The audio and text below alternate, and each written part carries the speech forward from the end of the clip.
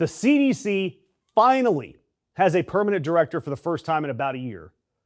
Right when measles is at a 35-year high in this country, there's a parasite running through shredded iceberg lettuce that's already killed 2 people and making people go to the bathroom 40 times a day. The agency has lost more than a quarter of their workforce. Morale is in the dirt. And when a United States senator asked the incoming director what's critical to the job, she didn't mention a single one of those things.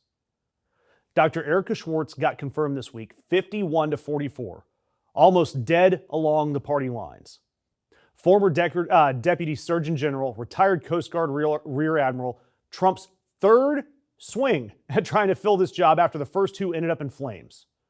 And Senator Josh Hawley asked her to commit to collecting more abortion data. And she didn't hesitate. Quote, abortion surveillance is absolutely a critical component of what the CDC is currently doing. The CDC collects data on abortions that are committed in the United States of America through a system called the Abortion Reporting System.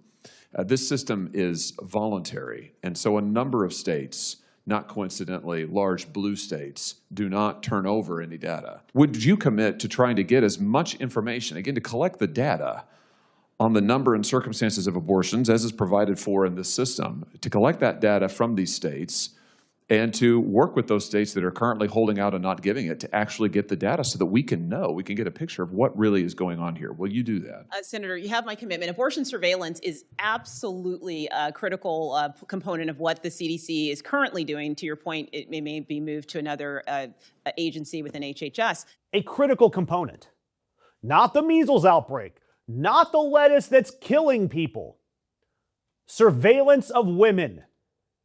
And then she went further, saying she wants to make sure states aren't hiding abortions inside emergency care records. Thank you. I also want to also make sure that certain states are not conflating emergency services and hiding abortions in that emergency services case definition. We need to make sure we're pulling out true abortions and making sure that we're really having clear case definitions regarding abortion so the data is actually accurate. Tremendous. Fantastic.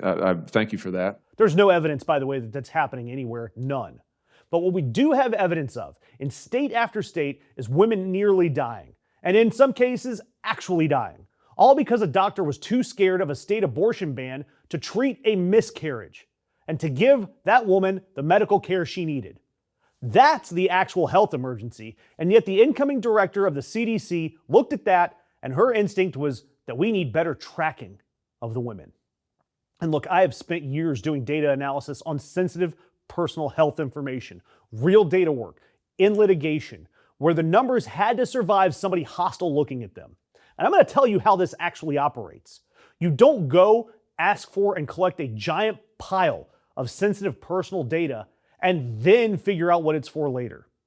You decide what questions you're answering first, because the collection method is built backwards from that question, and you only take the data you need. So when somebody says that we need cleaner abortion data with clearer case definitions, the correct follow-up is, for what exactly? What is the decision, or what is the question this data is trying to answer? Nobody in that hearing asked her that question, and she sure as hell didn't volunteer it. Because a national database of who terminated a pregnancy, where and under what circumstances is not a public health tool in a country that is currently prosecuting people over abortions. And I've got to ask, with measles at a 35-year high, what should the CDC's top priority be right now? And does it sound to you like anyone in that hearing room was even asking the right questions?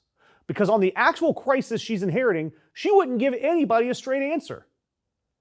Senator Hassan asked her point blank, would you defy RFK Jr. if he ordered you to stop promoting flu vaccines? Her non-answer, Senator, I will always protect our children. So I want to give you a chance to answer again. If the secretary ordered you to stop promoting the flu vaccine during a deadly flu season for children, would you carry out that order, yes or no? So, Senator, I don't speak in hypotheticals, but This isn't a hypothetical. It happened, and I've got the email if you want to see it later.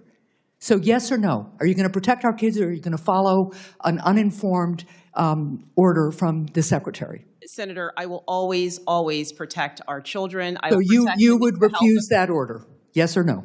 Senator, my understanding of what happened back then was that the secretary has various priorities. That's not a yes.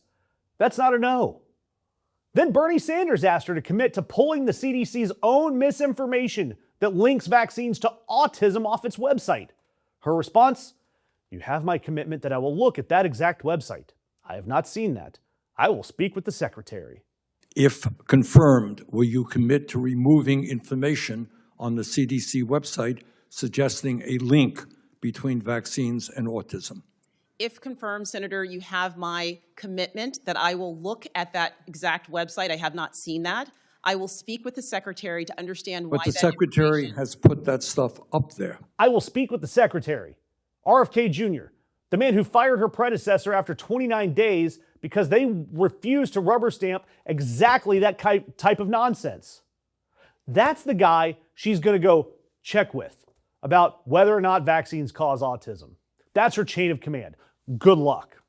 And by the way, Trump announced her back in April and called her incredibly talented and a star. And coming from this fat, overweight, orange, alleged dementia patient who looks like he's rotting in real time, who once floated bleach and bright light as treatment options for a virus, I'm not certain that that's the character reference she wants to lead her resume with. So we have got to keep an eye on it. And independent media like us, we are going to. And we survive on your memberships and your interactions. So if you support what we're doing, we would really appreciate you considering joining us. And if not, do me a favor, leave us a comment, hit the like button, share this video. All of it counts.